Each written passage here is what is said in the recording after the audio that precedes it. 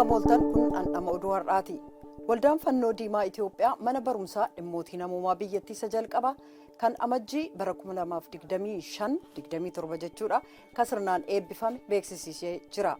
Prezedaantiin Waldaa Fannoo Diimaa Itiyoophiyaa Abera Tola rakkoon gargaarsa Namoomaa biyyattii keessatti mudate dhaabbati isaanii tattaaffii gargaarsaa kan aadaa baratamaarraa darbee tarkaanfii tokko akka fudhatu taasisee jira.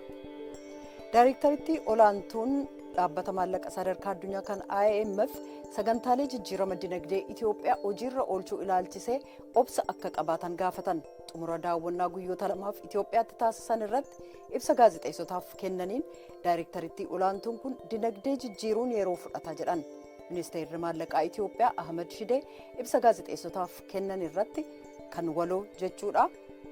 Haasaa taasisaniin haaromsa kana itti fufuuf ejjennoo mootummaan qabu irra deebi'uudhaan beeksisaniiru. Galmee seenaa keessaa immoo taphii kubbaa miilaa Ameerikaa Super Bowl kan jalqaba taphatame Amajjii 15 bara 1967 magaalaa Los Angeles keessatti ture.